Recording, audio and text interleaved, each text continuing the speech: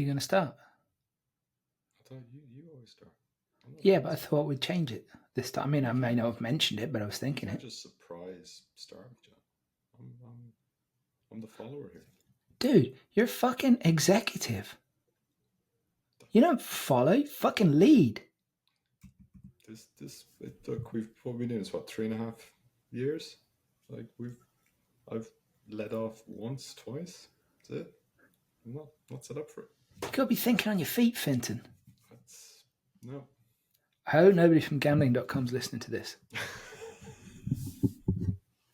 Because they'll be thinking we got the wrong executive.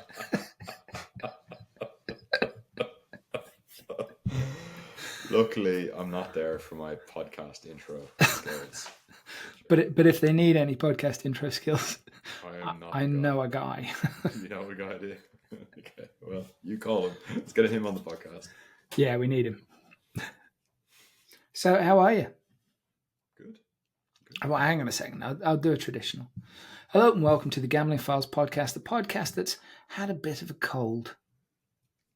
I'm John Bruford, one of your hosts, joined by Fintan Costello, your other host. Hello, Fintan. Hello, John. How's life? Good. Busy. Lots going on, which is nice. Doing some interesting stuff. And yeah, the weather's been nice. It's raining now, but it's been a few nice days. Had the flip-flops on, which is always good. In my natural state. That's interesting. You call them flip-flops because your wife wouldn't call them flip-flops, would she? My mother-in-law saying she's going to go put on her thongs is the funniest thing in my life. It just cracks me up every time. So it's my wife and her family are Australian, and in Australia, flip-flops are called thongs, which has a very different meaning where I'm from. It really does. And it's hilarious. Do you know, I had the pleasure the other day of wearing a mask for the first time in a while. Because I'd COVID tested because I was developing this barking cough. But I didn't. I was at a counselling session. Receiving, you'll be surprised to hear, not giving the counselling. Really? I know, right? And I had my favourite mask on, and my sister had made this like a few years ago, obviously. But my stock answer for when people commented on this particular mask, it's got a nice sort of tropical pattern on it. It's really lovely. And the elastic's gone a bit loose on it now, but I'm still fucking using it. But people would say, oh, where'd you get that? It's a nice mask. And I just go, yeah, I made it out of one of my mum's old stripper costumes. Which was all the more salient if I was in Ludlow, because, of course, if I was in Ludlow, they'd usually know my mum and know she died quite recently. And I tell you what, very few things stop a conversation quicker than saying that.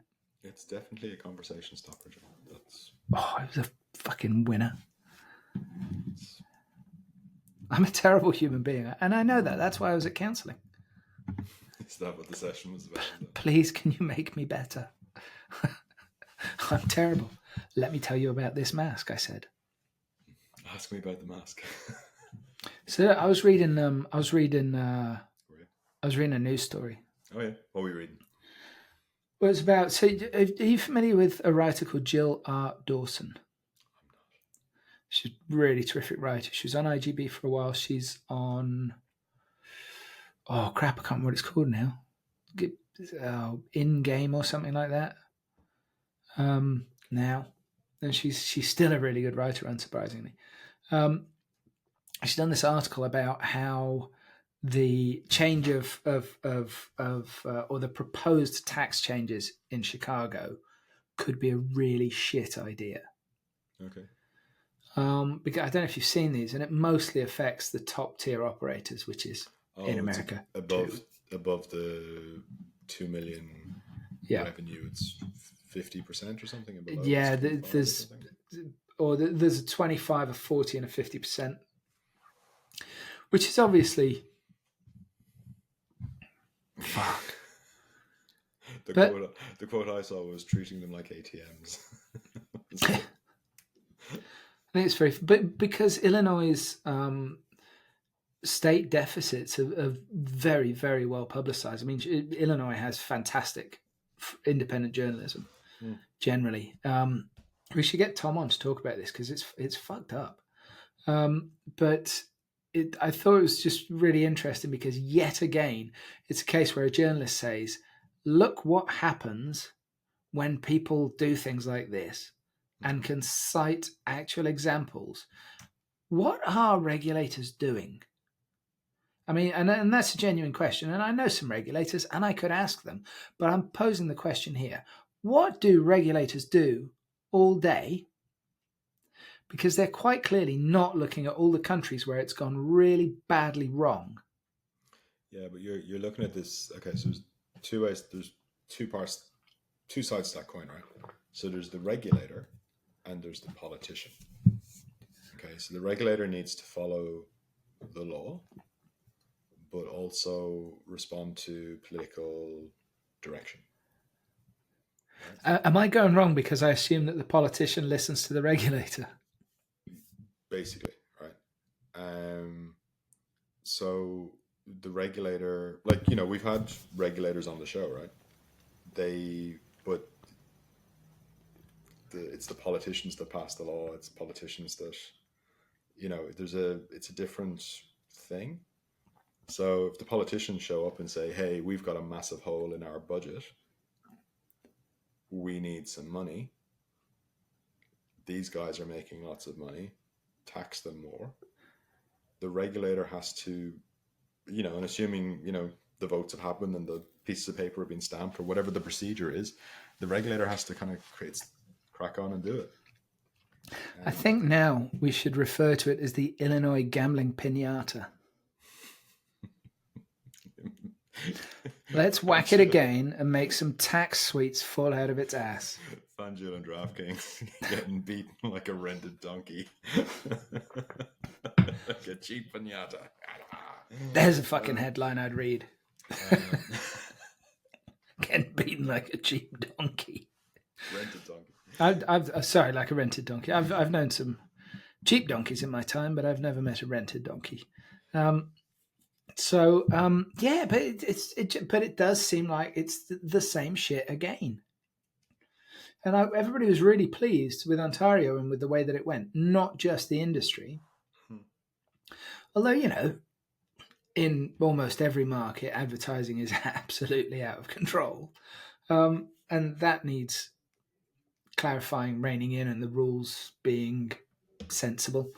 But things, with Ontario, I think everybody thought we'll have a new blueprint of how to do this sanely and effectively that makes both a competitive, relatively level playing field for operators and is good for players and good for the regulator, good for the regulating jurisdiction. And so they did that, and it seems to have gone pretty well, and most people seem pretty happy with it. And now everybody else is saying, yeah, fuck that. What's Germany doing? The hell? Yeah, what do I know? Well, it's a good point, but I think I'm just tired of it as well, right? It's just like it's the same shit. We're just seeing the same story happening in multiple places, like Brazil, which we talk about today. The stuff happening there feels like a step backwards. Brazil was looking good for a little while. Do you know what I mean? It's like people were like, interesting, it's a chance to do something from the ground up. Let's get it right this time. Fuck it, no. Let's not. And I think it is. There is a real. Yeah, look, it's if I look, what ends up happening is like the illegal market gets bigger on one side of the coin. The big guys get bigger on the other side of the coin. So this becomes a game of consolidation and scale. Is the only way that it works if you're playing by the rules, or you're not playing by any fucking rules. The grey market and the small to medium sized operators, unless they've got a very, very good niche, are just going to get squeezed out. And some of this is self-inflicted. Some of this is just natural kind of market cycles. There's that whole Boston Consulting Group growth cycle of an industry. The online's going through its thing. And you've also then got a highly regulated, restricted product where ultimately the travel of direction ends up being something like alcohol and tobacco. You say that thing about the highly regulated product, right? I was reading a news story a few days ago, and I was just open mouthed. It's like so the Maltese regulator has withdrawn a license from an operator because they've got unpaid fees going back to 2018.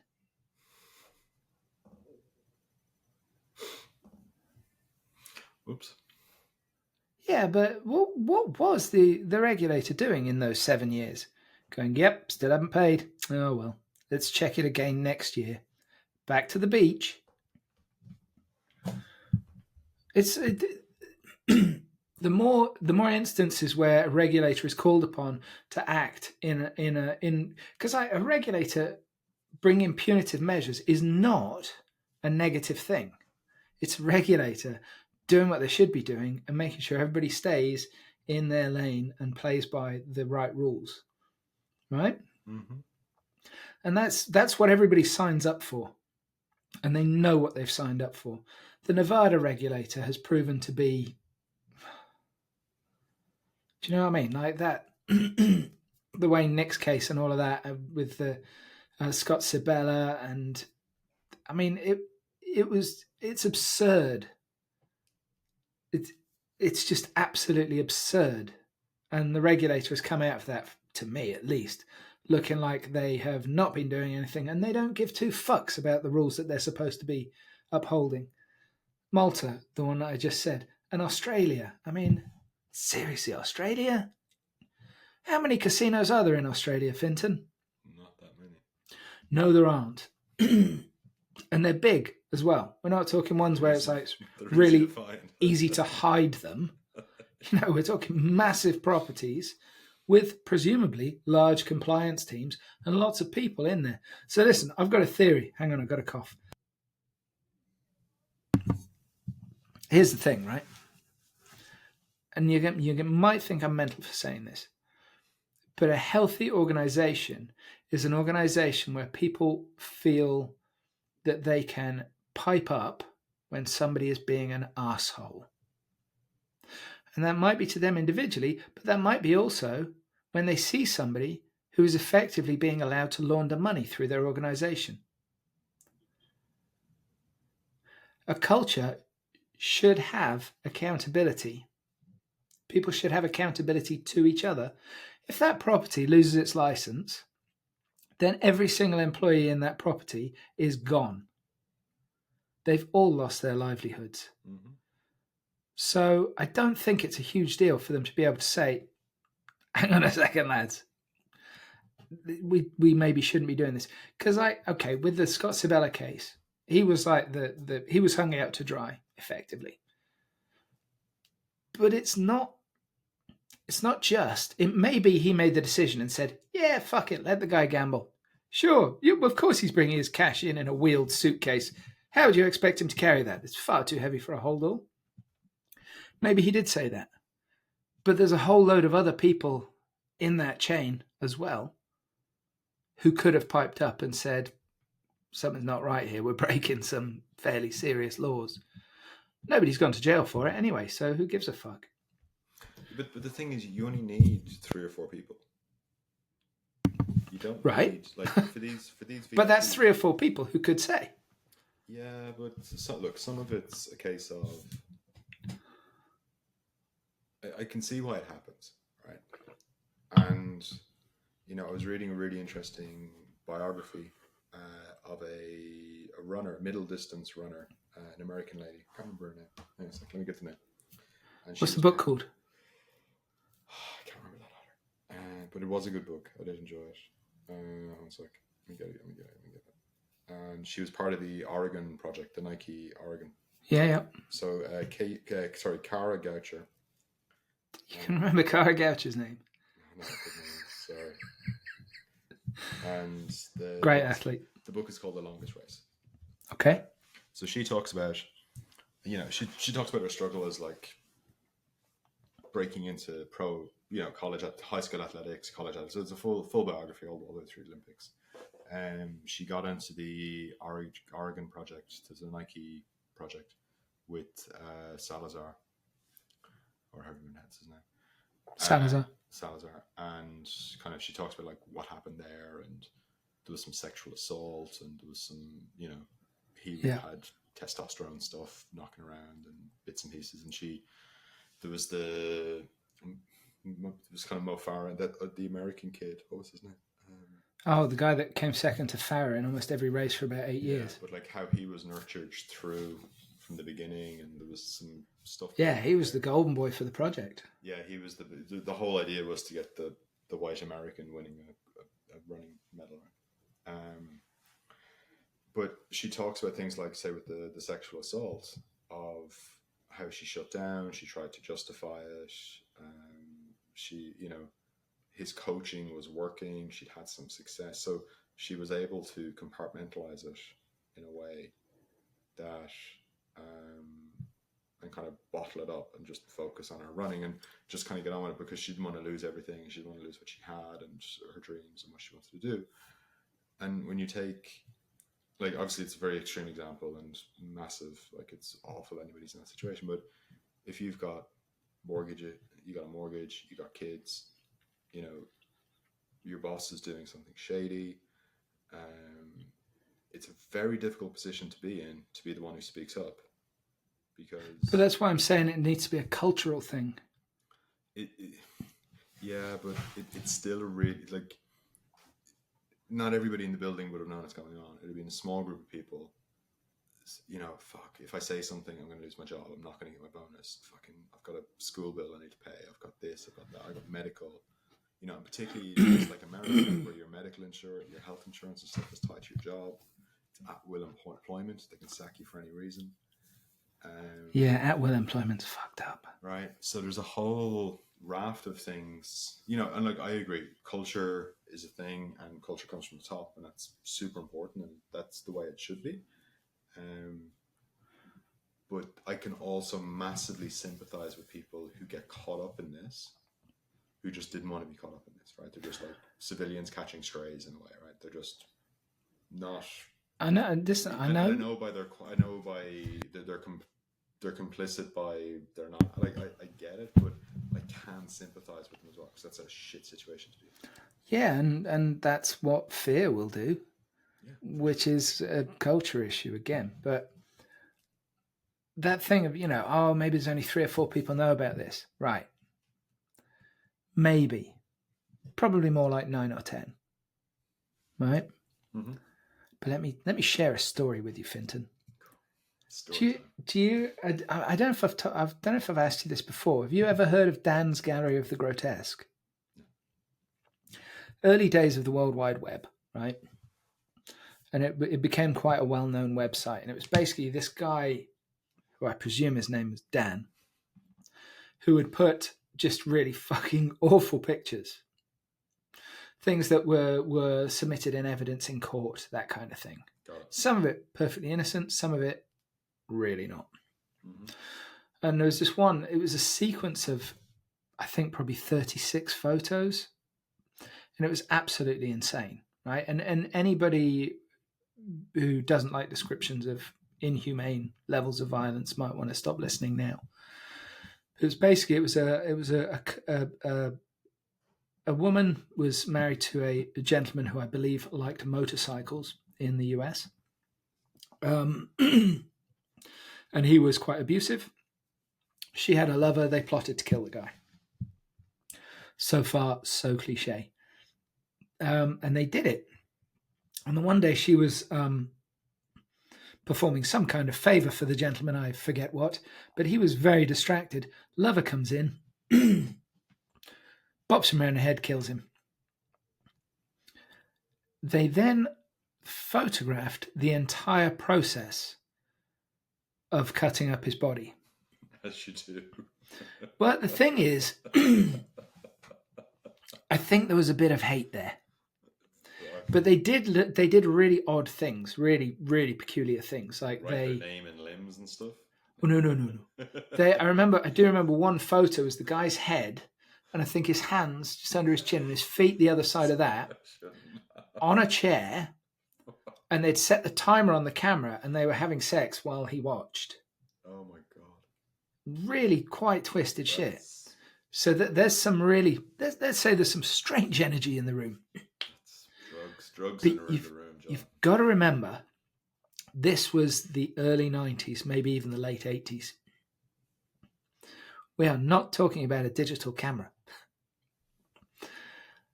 They know a guy who works at the film processing place.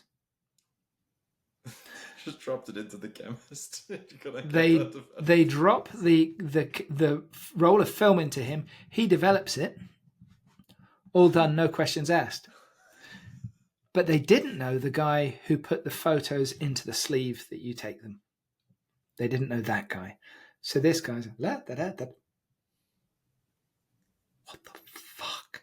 Phones the police. Everybody goes down. Wow. Just that one person in the chain. Just saying. And I appreciate it was a very, very long-winded way to illustrate my point. But whatever you do, do not look up Dan's Gallery of the Grotesque, because you'll see things that will haunt you. Wow. So, speaking of the Gallery of the Grotesque. Jesus, don't segue like that, John. Christ, there must be something up for renewal.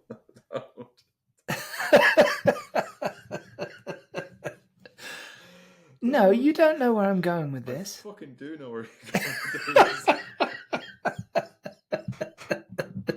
And you're going to go somewhere else, right? You're going to make a big U-turn and tell another story and then... The English Premier League recently wrapped up, and it was a very exciting final weekend and lots of European finals for British teams. On another note, entirely unrelated, we'd like to thank our sponsors of this podcast, all of which are lovely. Do you know who they are, Fintan? I do. Would you like to tell me one of them? In no order. Let's go with OddsMatrix. They've got horse racing. Have they? Yep. I went to some horse racing with them. It was nice. And horse racing is now live on the OddsMatrix platform. So, yeah, not only can you do football and bet on all the other sports, they've now got horse racing, which is... Well, I was stunned, right? This is what I found out while I was with them. Cool. So they bought FSB. Yep. Which is pretty legendary as suppliers go. They bought FSB and then still made their own solution. Right now, anybody else would buy FSB and integrate it somehow, like fucking shoehorn it in there. But they didn't. They bought all the expertise in FSB and made that, because obviously the way that EveryMatrix is set up is very, very modular. So they've created their own seamlessly blending module and incorporated the FSB expertise in it, which is no doubt has taken a lot longer, no doubt has been more difficult, but actually in the long run, it's a far, far more sensible way to do it. It's absolutely the right way to do it. Because otherwise you end up with the quicker solution. Because, we'll do it. Because the classic decision, how these discussions would go is, look, let's just do a quick fix for now, and then we'll fix it later. Right? We'll just do a quick integration, get it up and running, and then we'll fix it later. But what always happens is that quick fix becomes the permanent fix. Nobody ever looks at it again because there's bigger emergencies. If it ain't broke, don't fix it. So, but I think stopping doing this right is absolutely the right way to go. Because then it's integrated properly, it's scalable, you get all the benefits. But look, I think for the UK market for OddsMatrix, I think this is a really big deal now, and yeah, I think it's going to go great for them. It's cool. Sweet. Anybody else that you can think of? We have the wonderful Optimove. Yeah, we do. We had Ronnie on. We did last episode, I think, or the one before. I was just reading his LinkedIn post about using ChatGPT to help him come up with sleep schedules for his baby. How to help his baby sleep or wean. It was smart. Typical tech, bro. Yeah, I've been using the chatbot stuff a bit more actually. It's getting better very quickly. Even in the last 6 months, there's been a significant improvement. And yeah, so Optimove, iGaming industry's #1 CRM platform. We should figure out like a handle. It's like no, I can't do it. You try. You're the executive. Make CRM. Is that the right way around to you? Yeah. It'll do. We can fix it later. Yeah, we do. We might have to make it a lowercase r. Okay. How'd you do him? You have to go that way, right? That's something like that. It's a really shitty gang sign, right? It's like middle-aged man. Yeah, so gambling industry's #1 CRM software. They work with big companies. They work with small companies. They've got an accelerator program if you're starting out. Just had a thought though. EveryMatrix gang sign. Maybe it's the wrong way around for you. So. Yeah, there you go. That's good. That works. Do that next time. Email James. James, I got something for you. You can have this for free. And yeah, you get a free month if you click the link in the description. But just book the demo and have a chat. And same with OddsMatrix. Just go book a demo, have a chat with the lads, see it for yourself. Yeah, because this endorsement, it is. We are talking about products that we have looked at and that we actually believe are excellent. We're not just doing Premier League style. Has the check cleared yet? I mean, we do that as well. We are totally open for Asian tire sponsors or African shampoo sponsor, like whatever's out there. We will segment this. It's fine as well. And also, we're open to individual sponsorship because those African shampoo sponsors might be more interested in Fintan than me. Well, you'd have like the scalp, there must be like a scalp oil or something like that. There must be something for the...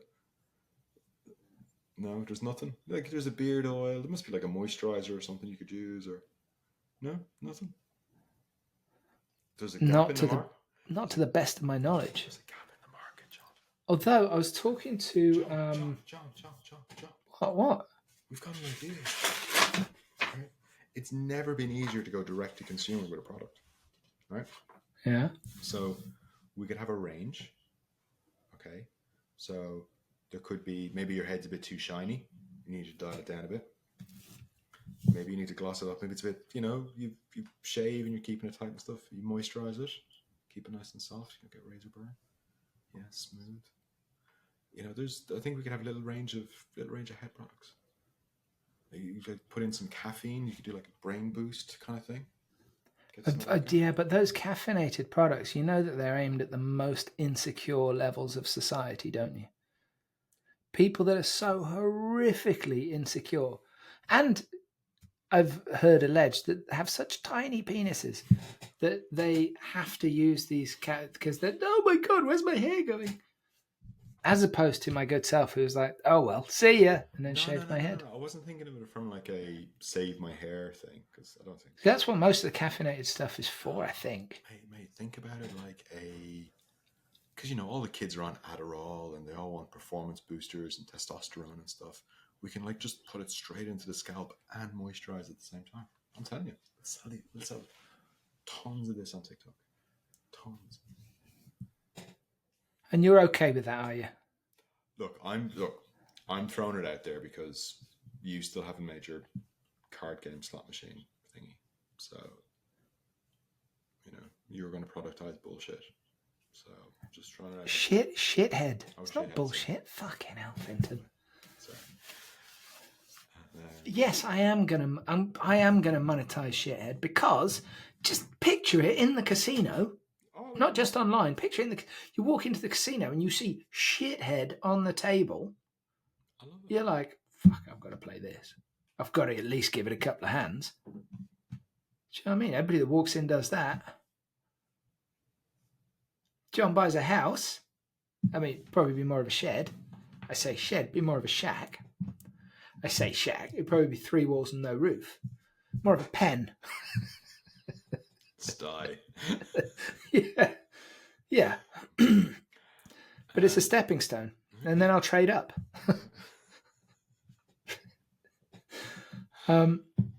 Yeah, so there you go. And we've got Yeah, we have.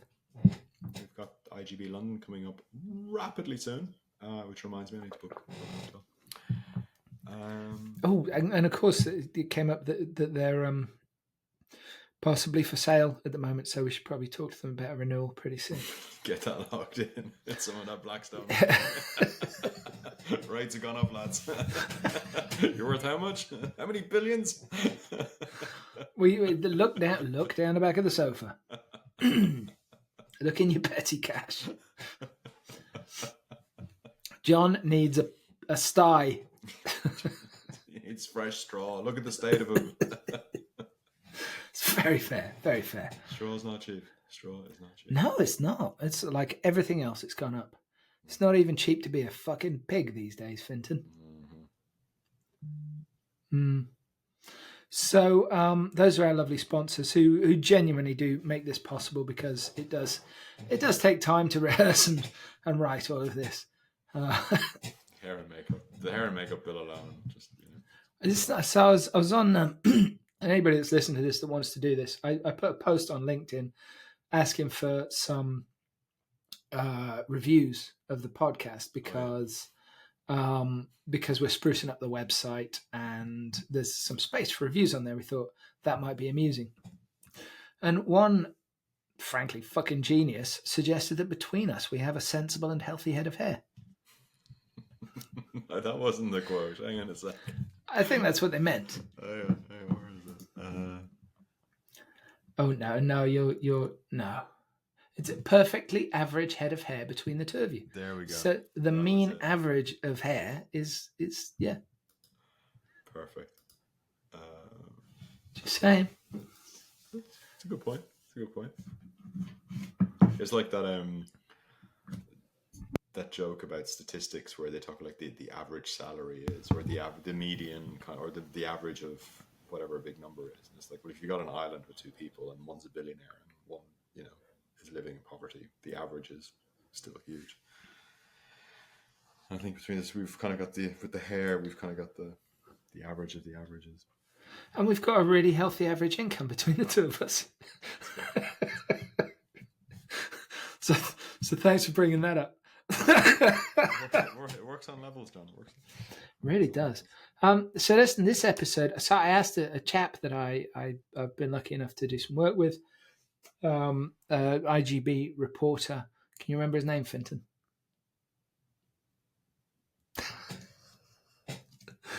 We got the Ginger Prince himself, Kyle Goldsmith, to come and talk to us. And I didn't want to do that. I was like, can I call him the Ginger Prince? You can now, because he's a friend of the podcast. Oh, okay. So Kyle came in to talk to us about Brazil, basically. A little bit about South America more generally, but mostly on Brazil and on the report that he's just done on IGB, which is a beast. And yeah, to educate us fundamentally, because it's moving at glacial pace. No, look, but Brazil's been a big focus for a lot of people for a while. Legislation was, it's coming. It happened in January finally. Even then, everybody wasn't sure up until the last minute. There's been a whole transition period. There's a lot going on there in terms of, it's a big market for a lot of people. Some companies are suffering, numbers are down, some companies are doing well. And I think it's good, like after roughly 6 months of legalization, what's going on, how's it going? And there's tons of legislation stuff in the pipeline. So it is an evolving story. It is, yeah. Do you know what I think would be big in Brazil? No, it's serious. Godzilla. No, I mean, yeah, but no. No, I was thinking about this. I was thinking and this comes into what we were talking about average income, etc. See, like Brazil, hugely populous country, big number of people, relatively low median income. But, and I don't know if anybody's offering this in Brazil yet, but actually micro betting could be absolutely gigantic there, for no pun intended. Just and presumably parlays and shit like that are already really big there. So a small stake for a potentially large win, but betting tiny amounts because the bulk of the people in Brazil aren't earning shitloads of money. So if you want to get if you want to target the poor, here's how. Sell some lottery tickets. Very good. With animals on. Meet Kyle Goldsmith of IGB fame, the Ginger Prince himself. But he's not the only Ginger Prince in the industry. No, I'll try and get one of the other Ginger Princes on. Well, I say other Ginger Princes on. Other Ginger royalty. Let's call them that. I think there is a Ginger royal family within the gambling industry. And we're going to aim to get all of them on just as soon as I figure out who they are. Anyway, enough of my peculiar fixations. Meet Kyle and enjoy the episode. We're joined by this week's guest, a first-time guest, which is, that's quite exciting for us. Probably more exciting for us than it is for him, I think. We're joined by IGB hotshot reporter Kyle Goldsmith, aka the Ginger Prince. Kyle, welcome. Thank you very much. They said that Robin brought that up on a company-wide call, which was just fantastic. He's referring, of course, to Robin Harrison Milan, the famously, I don't know, he's famously a lot of things, isn't he? Famously industry celeb. He's a mover and shaker, isn't he? Yeah, you could describe him like that. Yeah, he's the maracas of the industry. And I'm pretty sure that's a compliment. But we've got you here for a very specific reason. Because I'm like now. So I know, obviously, I write for IGB. Sometimes. Yeah, not as often as we like. So it's not just your deadlines. Oh, okay. I'm working on it. He treats everyone with contempt. It's fine. No, I don't. No, hang on. I nearly denied that. I can't. He treats everyone's deadlines with contempt. Not people. Totally. I take the Douglas Adams route with deadlines. I love deadlines. I love the whooshing sound they make as they go flying by. But so in the industry, right, I think personally that I think G3's Latin America coverage has been outstanding the last few years. I think it's been really, really good. And I think it's been consistently the best in the industry. However, it's fair to say that it's something that IGB's picked up a lot recently, and it's improved hugely. It's obviously been a focus for the organisation. And totally stop me if I'm wrong, but it does feel like somewhere where, resource and expertise have been applied, and it is shown in the content in a big way. Mm-hmm. And I contacted Robin and I said, have you got anybody that we can talk to about Brazil? Because we'd really like to, because there's quite a lot going on. And he said, the Ginger Prince, basically. And here we are. So first off, big up for the Latin America coverage. It's been really, really good. And recently you've done a report on Brazil, haven't you? Correct. Yeah. So we launched our report last week, working with a payments company called Octo, and basically trying to show the good, the bad, and the ugly of it, because it's, as you said, there's just so much to talk about, and I think we're trying to present it kind of trying to think of the phrasing. Basically, just not trying to present it as some holy thing that's everything is going great, because quite clearly it's not. I mean, we've spoken to loads of operators in the report, and yeah, to present it as it's all going swimmingly just isn't true. But yeah, the report has kind of launched last week. It's gone in conjunction with, we've recently launched a Brazil newsletter, Portuguese language, and then also a Brazil section on the site. So yeah, I mean, we're just kind of following the industry, really. I think that's the way most people have pivoted towards. I just think we've put a lot of emphasis into it, and yeah, it's going well, I think, hopefully. No, I mean it is definitely, but so the report, this specific with this first report, is it a big one? Is it a big report? Yeah, it is. Yeah, it was a lot of work. How many words are we talking? I think it ended up being 14,000. Fuck. Yeah, longer than my dissertation, and probably way more interesting. Well, what was your dissertation on? Was it on It Latin was on- America? No, it was basically I did journalism at university, Leeds, and then stayed on to do a master's in advertising and marketing, which I absolutely hated. And my dissertation was on, funny enough, instead of a dissertation at my undergrad, I did a documentary on gambling. Didn't present it in the best of lights, actually, and then ended up in the industry. But yeah, my master's dissertation was on social media usage among lower league football clubs, and yeah, it was as boring as it sounds. Not much interesting insight came out of it. Is this you like scrolling Facebook and Twitter and going like, I could make this a dissertation? Like, is that Essentially, it was, how can I do the least work possible on something I'm somewhat interested in, and as a fan of a lower league football club myself. Ironically, my football club never got back to me. Bastards. Yeah, charming. Had a brief chat with the marketing director, and then yeah, never replied. So yeah, I just spoke to clubs like Maidenhead, who, by the way, were actually very friendly and nice. But yeah, not what I wanted to go into. But yeah, this report essentially is longer than my dissertation. A lot of work. Yeah, 14,000. That's a monster. I used to do some production work for a business intelligence website years ago, and you get 9,000-10,000 word reports which go into serious depth, and it would take me a good couple of days to get that ready for publication. So I pity the fool who had to work on your 14,000 words.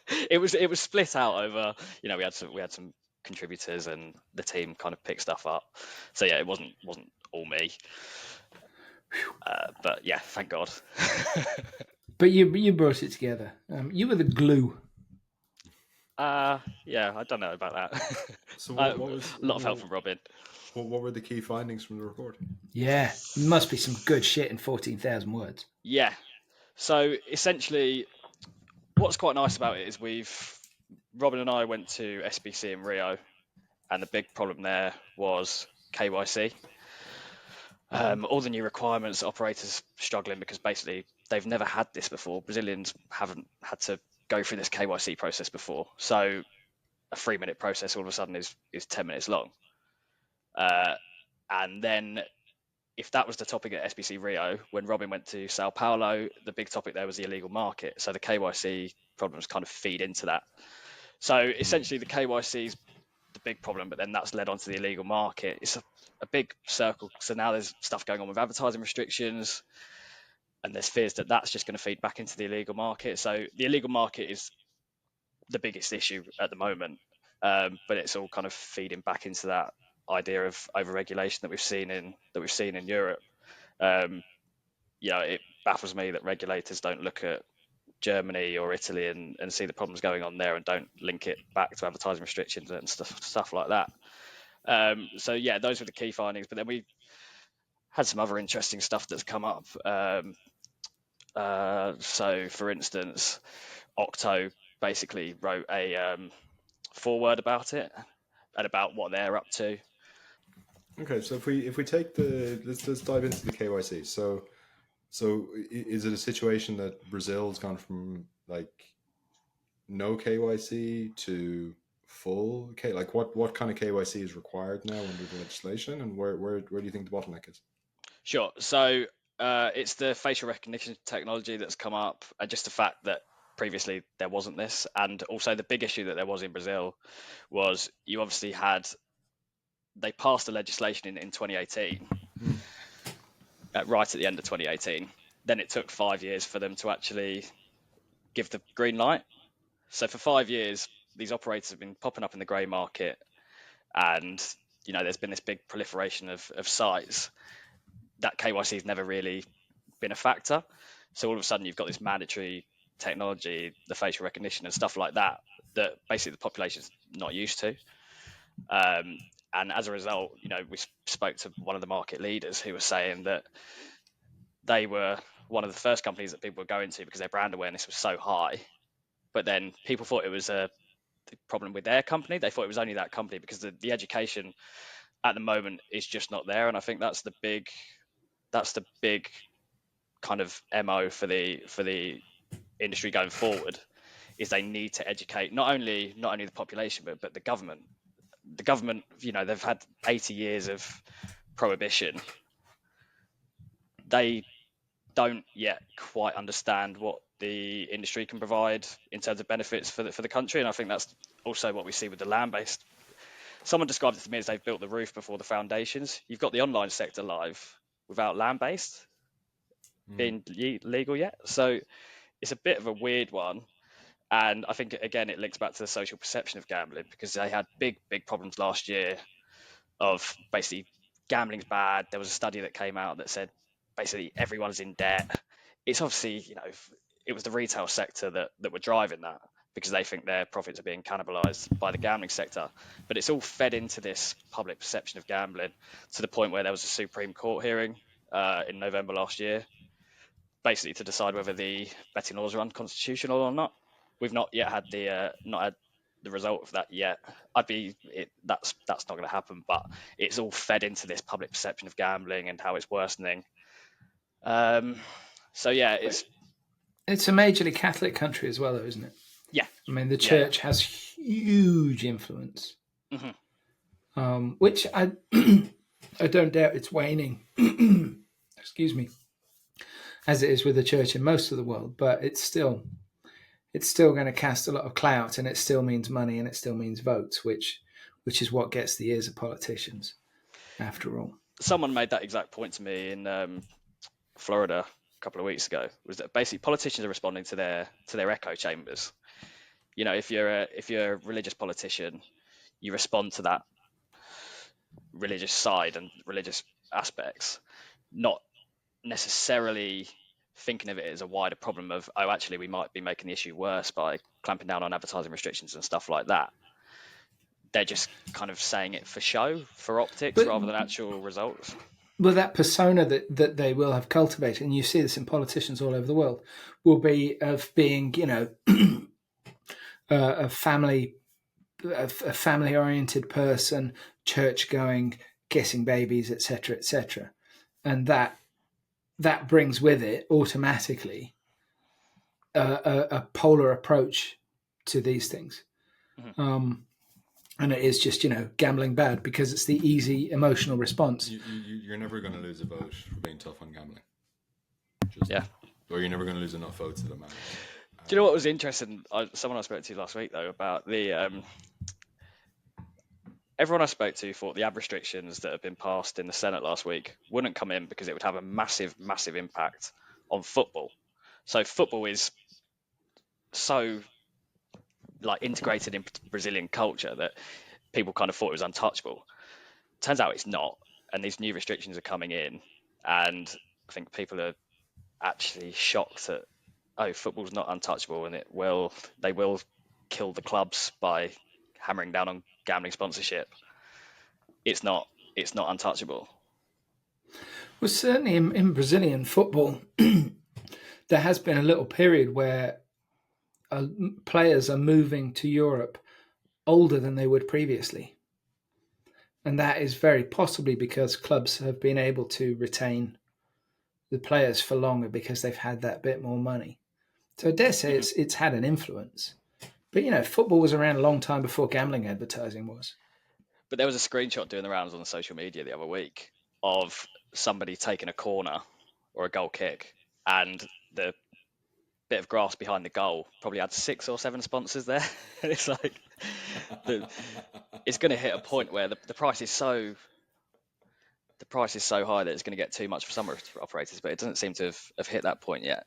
But yeah, it's going to kill these football clubs. So so walk me through the ad restrictions. Because there's time restrictions, there's a bunch of, it's not just football shirt sponsorship. Sure. What are the restrictions? So essentially, new watersheds, as you mentioned. The big problem that came up last year, which again fed into the negative perception, was the influencer advertising. I mean, even the mainstream media were picking that up.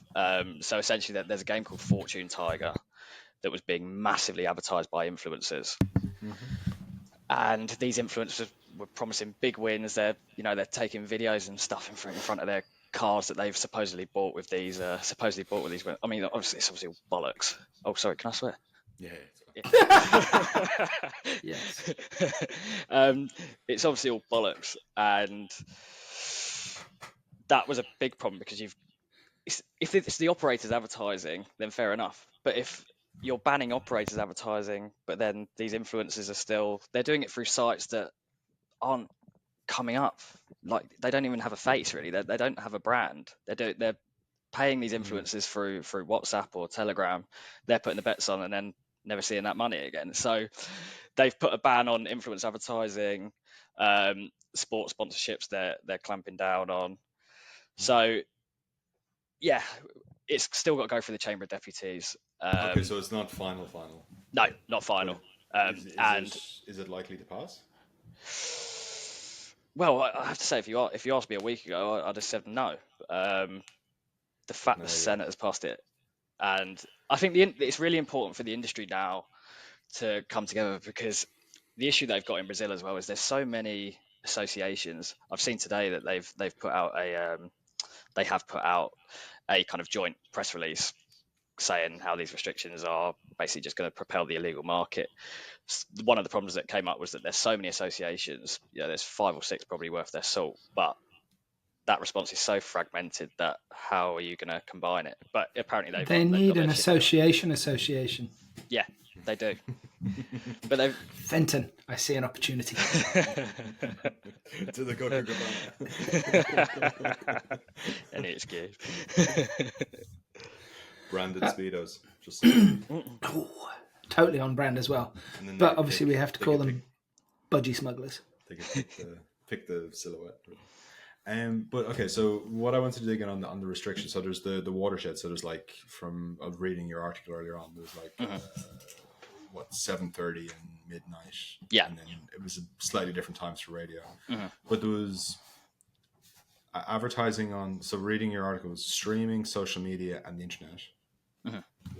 What's considered an ad versus like if you think of all the affiliates and things, there's like is everything an affiliate does an ad, or is that editorial content, or where's the line there? How does that work?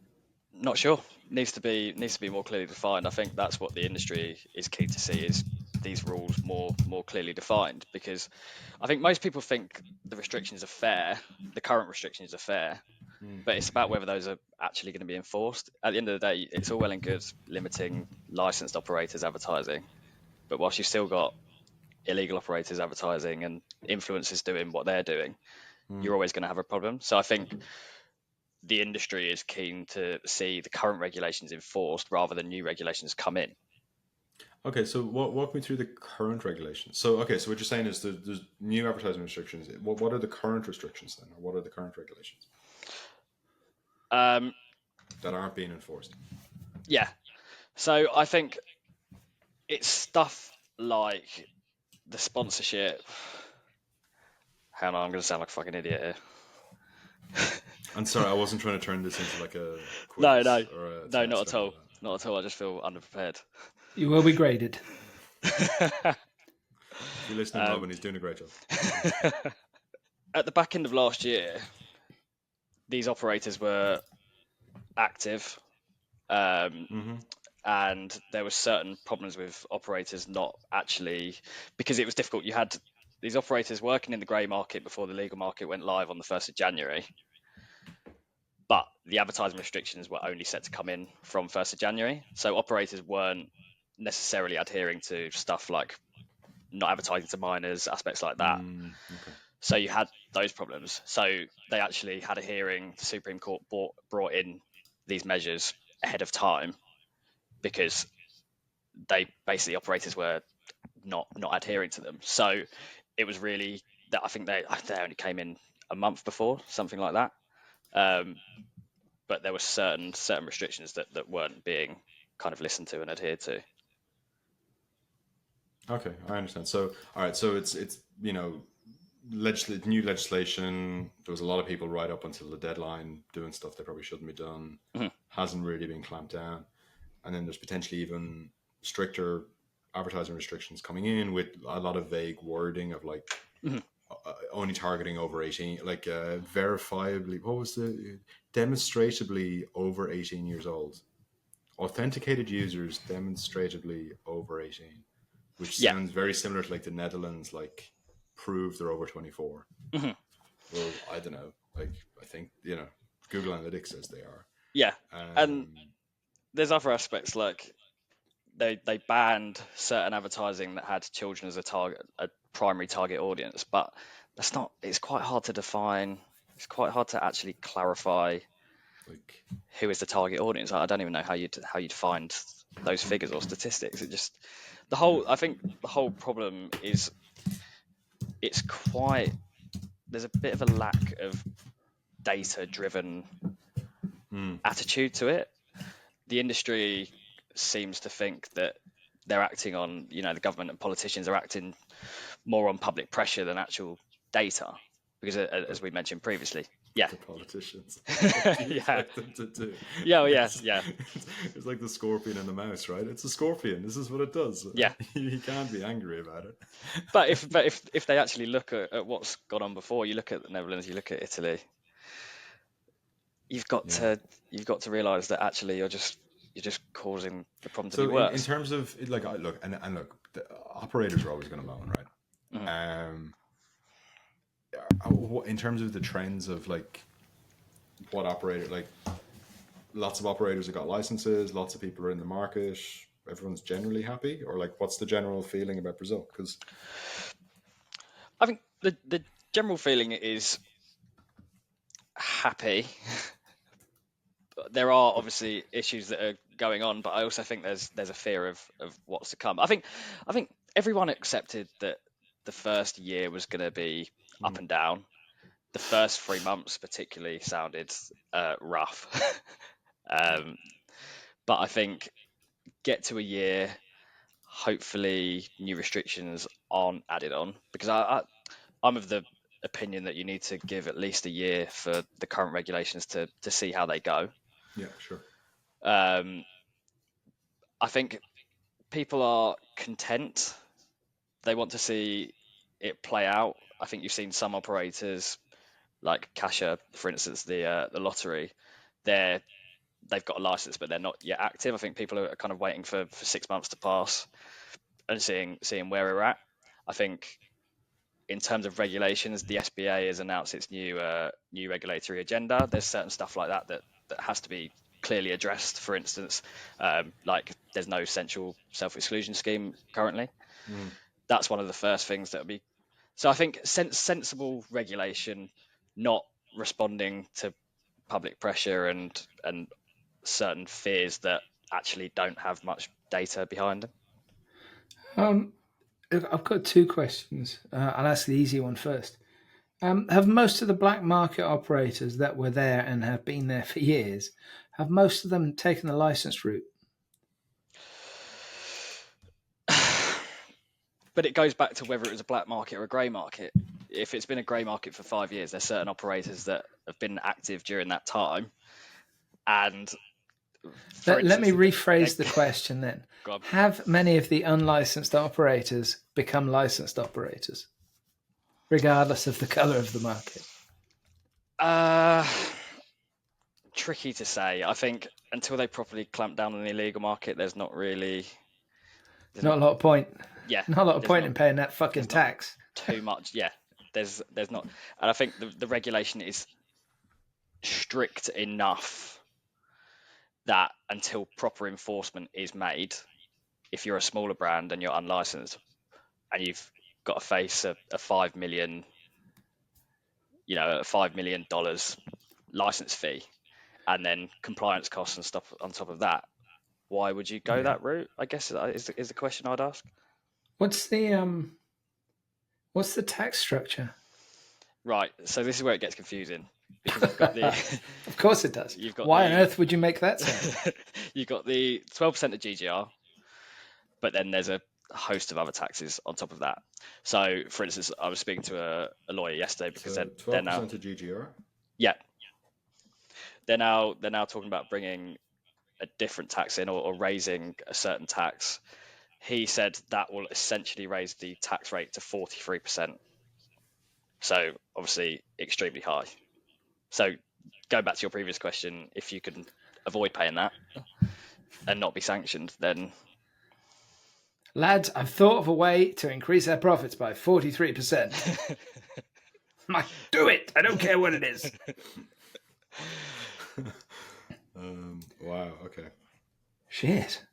Yeah. That's I think that's big, man. There's around 80 operators at the moment. Is that all? But I think that number will go down, because the costs are just too much to be profitable for some people, I imagine. It's a shame. We've seen Ontario launch well. It's 43% of GGR. No, so it's 12% of GGR. Yeah. But then you've got other taxes that come in. So, for instance, foreign currency tax, stuff like that will take it up to around 43%. Yeah. Okay, so 43% total. Okay, I understood. Sorry, I misunderstood. Okay. Still 43% though. It's still big. Still a lot of money. Yeah. Yeah. It's a lot of money. Wow. It does seem. What's been the issue with, online's happened, kind of. What's been the hold up on the land-based side? Because very often obviously I'm talking about mature places. I don't know if South Africa ever did this, but I know when South Africa were talking about online licenses, they were talking about kind of essentially tethering them to land-based license. Mm-hmm. So you've already done the hard work. The regulators already done the hard work. They've already done the due process and all that sort of jazz. And I've always liked that as an idea, but I guess that's not going to be the case in Brazil. I've been asking about land-based and when it's going to happen since I came to the industry 18 months ago, and the deadline just keeps getting pushed back. So the latest deadline we heard was H1 this year, and it's 3rd of June now. So I think we're already running out of time on that one. The hold up. So Brazil had land-based bingo across like the late 90s and the early 2000s before it was made illegal again. I think the hold up is people have wanted to see the fact that they've gone online first. People have wanted to see how online is going to go.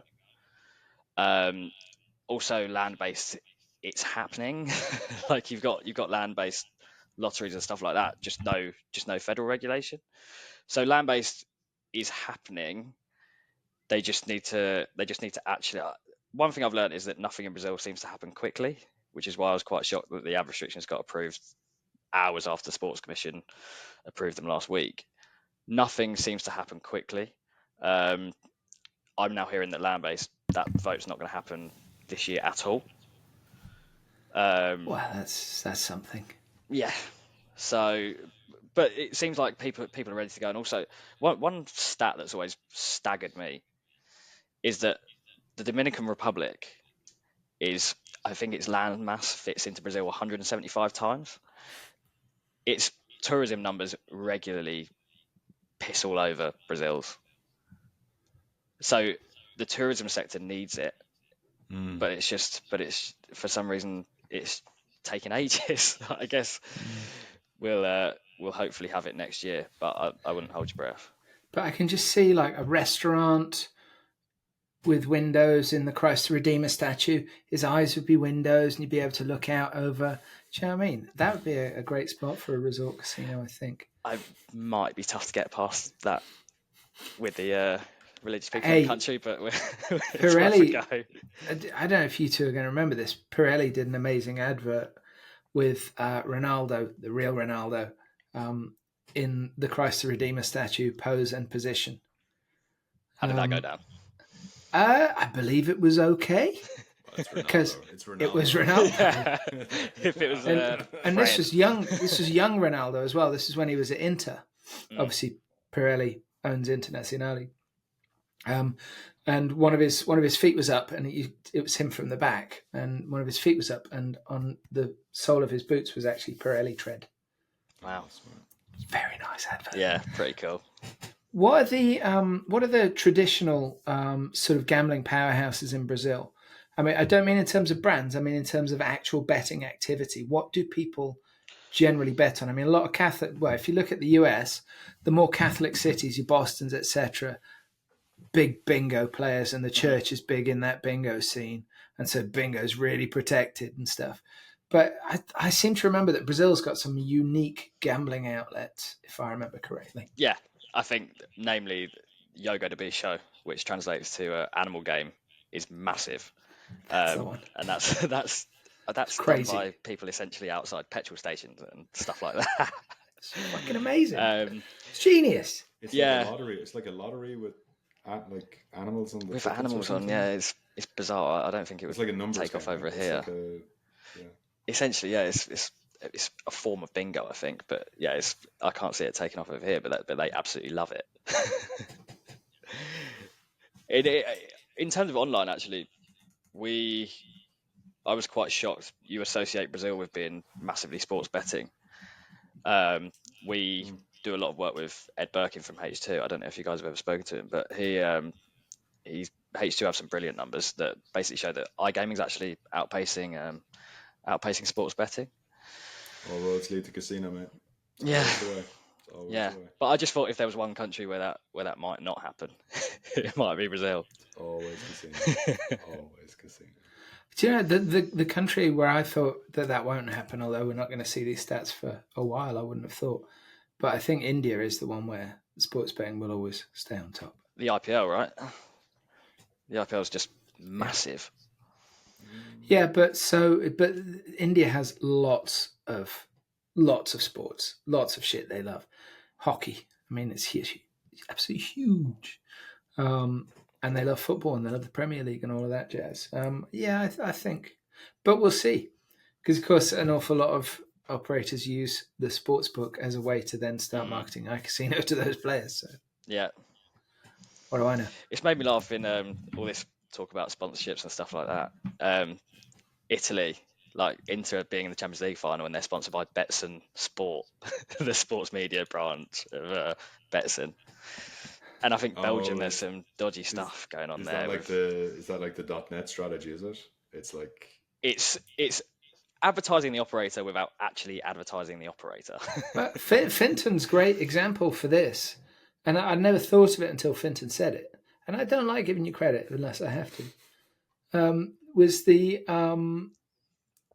zero alcohol brand.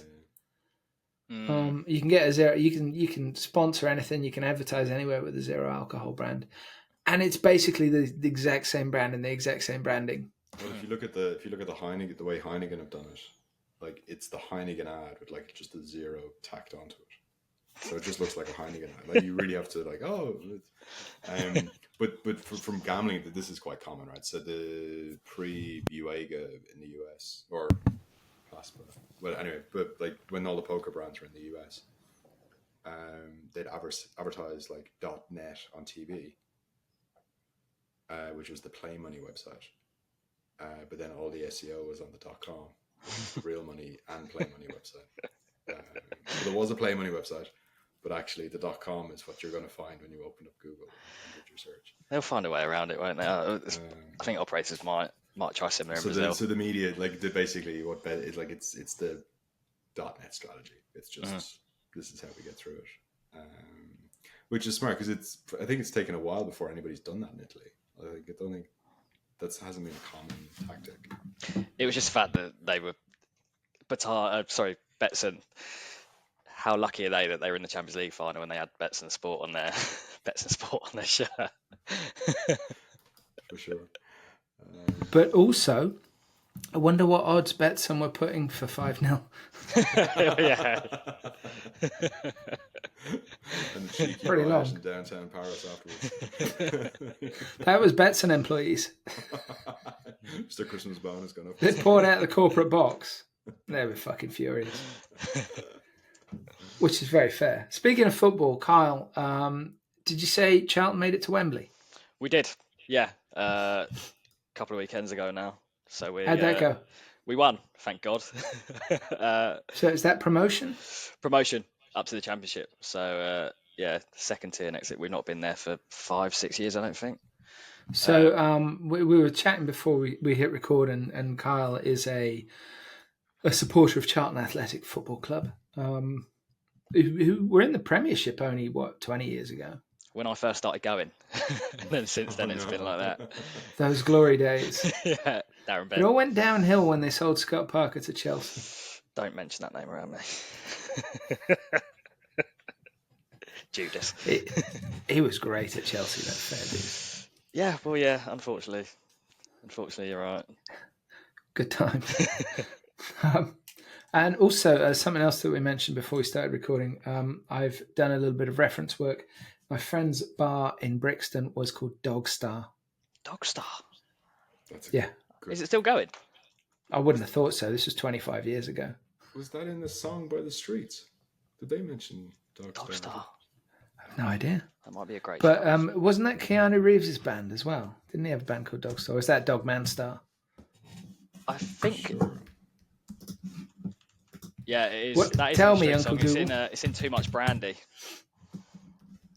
Oh. On okay, and Dog Star is a Keanu Reeves band. Dog Star is now shut down, closed in October 2024. Rah, rah, rah. It's all back to Dog Star. Yeah. And if it's his round, no, it's in a song. Well, a mate from Ludlow used to run Dog Star. Well, it fought I went in till, there till October. I went in there, right? Went in there with another friend, and Rupert is such a lovely man. But I'm sitting at the bar with my mate, so we've got this little corner of Ludlow at the bar in this Brixton bar, and the place is fucking heaving and the music's bumping. It was an amazing venue, absolutely stunning place. And he just kept putting these drinks down, and he wouldn't tell you what the drink was. You should be drink. Jesus Christ. So predictably, I got shit-faced. Put my mate on a bus home, right? And then I realised I'm staying with friends in West Dulwich.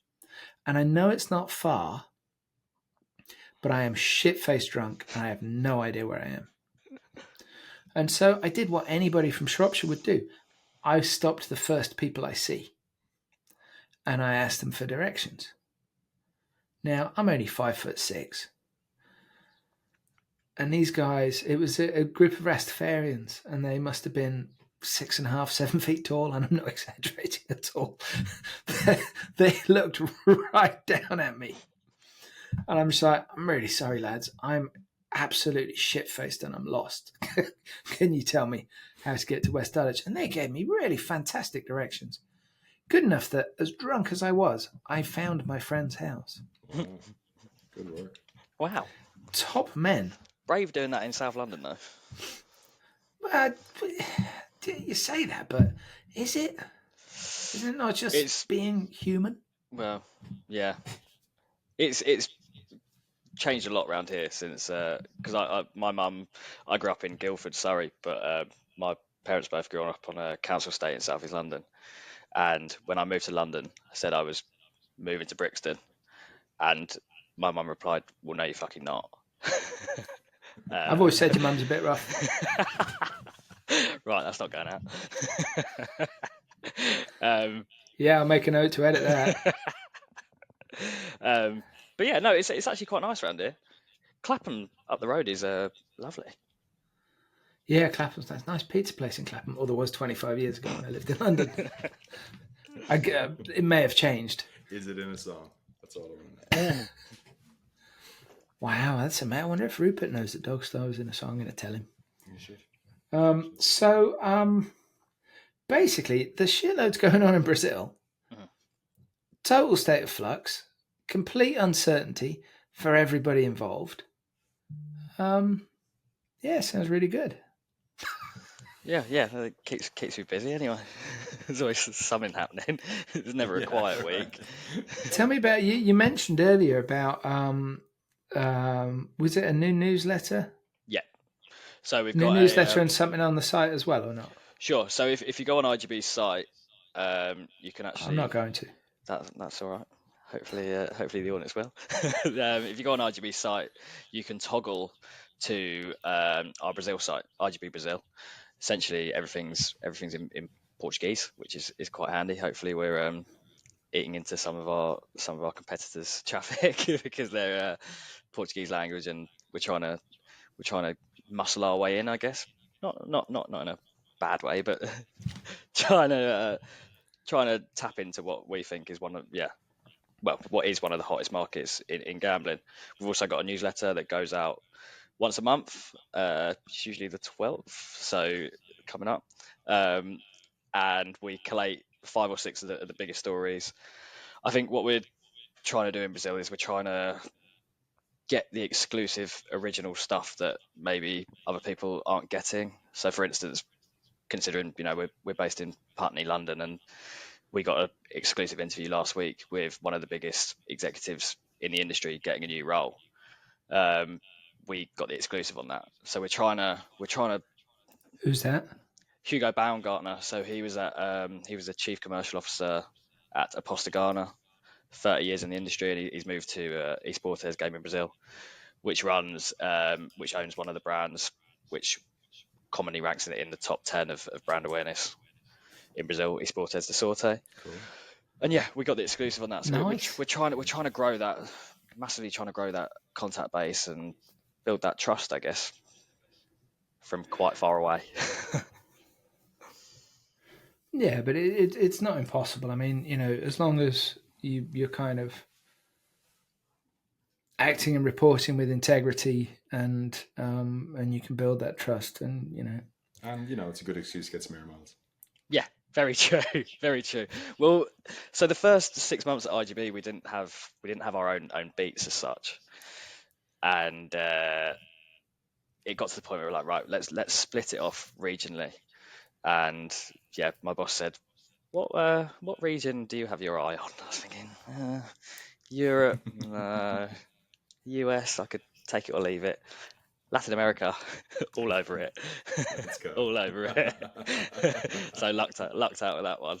And it just so happens that, it's actually a really interesting region for gambling as well. Helps. Yeah, but there's a lot going on elsewhere as well. I mean, there's interesting shit going on in Peru as well. Yeah, Peru, Paraguay, Colombia, Chile. Yeah, wrote a story with Chile last week. Yeah, the whole region. It seems like there's something happening. We're hopefully going to do a LATAM report excluding Brazil later this year. Hopefully something on Mexico. So yeah, we're going. we're trying to go where the industry's going, and I think we're going okay. The industry there. Well, yeah, and that hopefully. Okay. Have you watched much Cobra Kai?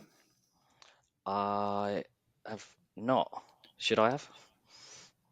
He's acting like he'd never heard of it, Fintan. I don't think he has. I think he's too young. Cobra Kai. I've heard of that. Have I fucked that up? No, it's fine.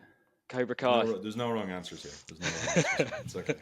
Well, there is a wrong answer, but I would say, Fintan, that's like when people say there are no stupid questions, and I've disproved that so many times. So many stupid people. Is that people say that, and I'm like, challenge accepted. I'll fucking learn you.